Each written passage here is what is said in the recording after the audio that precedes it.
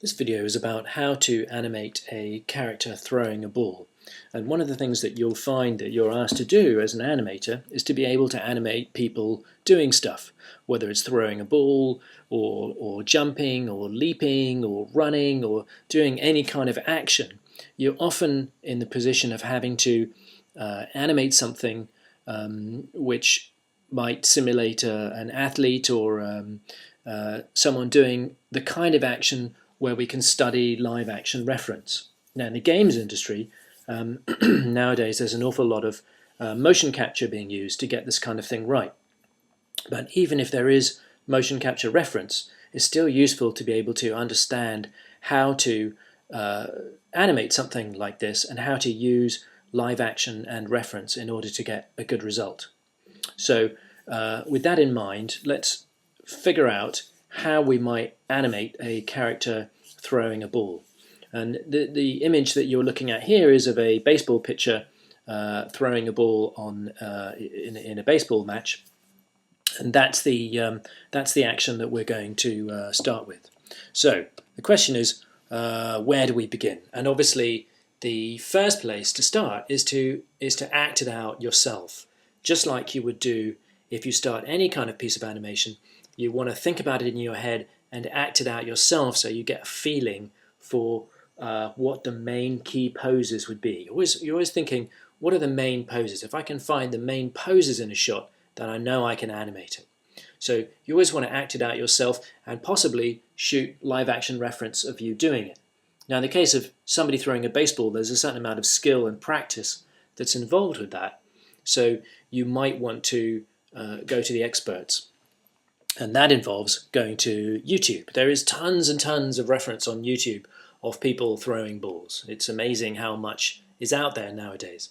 And as I know I've said in some of my other videos, it used to be difficult for animators to gather reference on action analysis. And back in the 30s and 40s at Disney, they used to have to shoot stuff on film and then wait for the film to come back from the lab the next day before they could look at their reference. Now we can get stuff instantaneously, and there's tons and tons of material online. Now obviously YouTube videos, you can't download them directly, and you can't step through them frame by frame, which we need to do in order to be able to analyze movement. And there's a great website called www.keepvid.com, which allows you to download videos from YouTube, and it's an incredibly useful resource for animators. So here's a video from YouTube where I've gone through it, and I downloaded it using KeepVid, and then I selected what seemed to me to be the main key poses in order to have the character throwing the ball. So here's our start pose. There's the character standing there. The next thing that happens is there's a weight shift. You can see the character slightly shifting his weight from the screen right to the screen left leg, and now he shifts his weight onto his back leg there into the wind-up, and then he hurls his other leg, the leading leg, forward. The arm is still going back here, and then he throws the ball at pose 5. Then after that, there's a kind of weight and balance pose where he rocks forward on that leading leg, and then there's another pose like a recoil where the trailing leg comes down. So it goes step, weight, balance, and then recoil, like that. As his foot lands and the other foot comes over. And then finally he kind of steps backwards, and then there's a pose where he settles at the end. So I'll just go through that again slightly quicker. There's the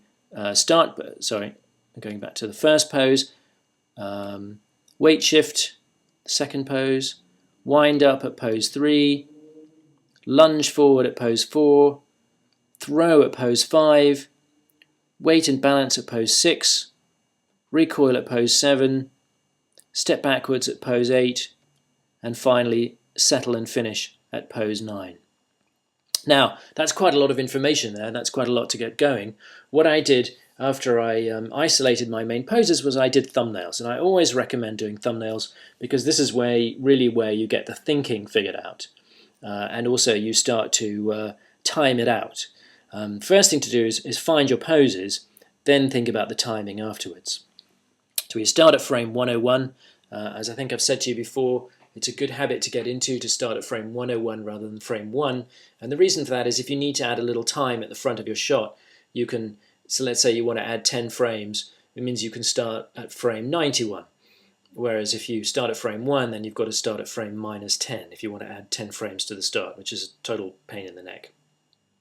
So you start at frame 101, and then you can take the timing, at least initially from the video, and figure out what all your main poses are.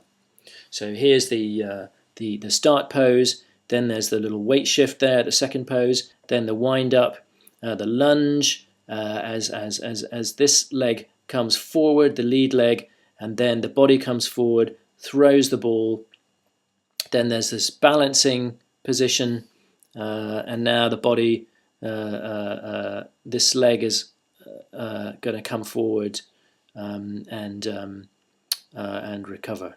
So actually, I think this is a slightly different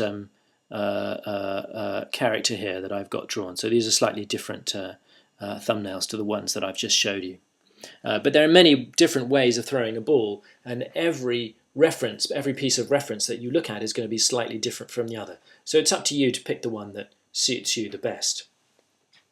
Part of the whole point of doing this exercise is so that you find a bit of live action reference to analyze, and then use that as your reference, and then do your animation based on that. It's very important that you learn how this is done, because it's an incredibly useful resource to draw on if you're asked to do something in a studio and you think, okay, I know how to do that, I know how to find the reference, I know how to break it down, I know how to make thumbnails out of it and find the extreme poses, and then turn those poses into my key poses in Maya. Here's a slightly simplified ball throw in 6 poses. This is actually by one of my former students, Tracy Chung, who did a really nice job here. She basically simplified it. You've got a start position here, there's a kind of anticipation where the body rocks forward a little bit, then a sort of bigger anticipation or wind up where the body rocks back. The hand, you can see, is storing up energy for the throw. Then the body leans forward as the ball is thrown. There's a kind of recoil, and then finally a settle. So that's slightly simplifying the whole thing, but it works very nicely. Here's the first pose: start position, anticipation, body rocks forward. Pose 3, the wind up. Pose 4, the throw. Pose 5, a recoil and squash. And then pose 6, settle and rest. And here it is again, and here's a suggested timing. So at frame 1, here, then 17, so 1 foot later, 16 frames later, then 8 frames after that is the wind up, 4 frames after that, because there's not going to be much time between here and here, it's going to happen quite quickly, 4 frames later for the recoil, and then 57 for the settle, because we want a nice bit of settling time at the end of the shot. Of course, this is just suggested timing. You should feel free to change it, and as you're acting it out yourself, count down 1 1000, 2 1000, 3 1000 in your head, so you get a feeling for how long the overall action is going to be. Here's an even more simplified version. This is by Evgenia Golubeva, another of my former students, and she did a simplified ball throw in just 4 poses. So there's a character with, it's actually a custard pie. It's the same. This is the same thing, really. And there's an anticipation as he leans back with the custard pie, then hurling the custard pie forward, and then a relax and settle at the end. So doing the whole thing in just 4 poses there. Here's an even more simplified version.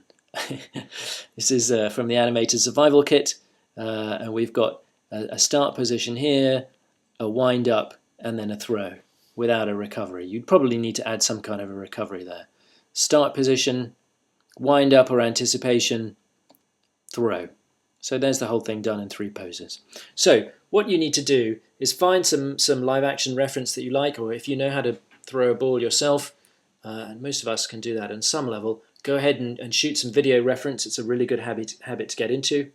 Film yourself if you've got a camera on a tripod, or else get someone else to film you while you're doing it, and then go ahead and start breaking down your footage into key poses, figuring out the timing, and doing thumbnails. Now, at some point when you've done all that, when you start animating, you're going to have to deal with a ball. So you've got to create a ball. So it's very easy to do in Maya. You just go to Create, Polygons, Primitives, and just create yourself a simple polygon sphere. And if you like, you can go to Google and select a texture and then apply that texture to the ball. If you want some guidance on that, go ahead and take a look at the video on texturing. Then once you've done that, you're going to have to attach the ball to the hand. So the first thing you want to do is select the thing you want to constrain the ball to, that is to say the hand. Then once you've done that, select the thing you want to be constrained, that is to say the ball, holding down the Shift key while you're doing this. So you're Shift selecting the ball, and then you go to Constraint, Parent, Options box. Make sure you reset the tool, and then click Apply, and now you're done. You should now have a constraint in the outliner and the channel box, and you should be able to key the constraint on and off from 0 to 1 in the channel box. That's the simplest way to do a constraint. If you have difficulties with it, here's a cheat method. Here, so you parent the ball to the hand using the process that we've just described. The ball now moves with the hand, and then when the ball leaves the hand, instead of unattaching it, which can sometimes cause you difficulties, you just turn off the visibility. So again, in the channel box, just go to the visibility channel, keyframe the visibility off, then create a new ball, a second ball, which is not parented to the hand, and have that one fly out of the hand, and you animate this new ball flying away. That's a little bit of a cheat method, but perfectly acceptable. An even better method is to use the parent master. And this is a free script that you can download from creativecrash.com, which makes unattaching and attaching objects extremely easy. And it comes with its own little scene file where you can animate this box moving around inside the factory, and it helps you get a little bit of practice using the parent master, so you can attach the box to these various push me pull you devices and then unattach it as you go. If you want to know more about this, there is a lecture on attaches, constraints and parenting, which is well worth a look. But anyway, that's enough information to get you started on a ball throw. This stuff is reasonably difficult, so I would pick something simple, but if you get some good live action reference, you do some good thumbnails, and then get some good poses and figure out your timing in advance, you should be in pretty good shape. So good luck with action analysis and the ball throw.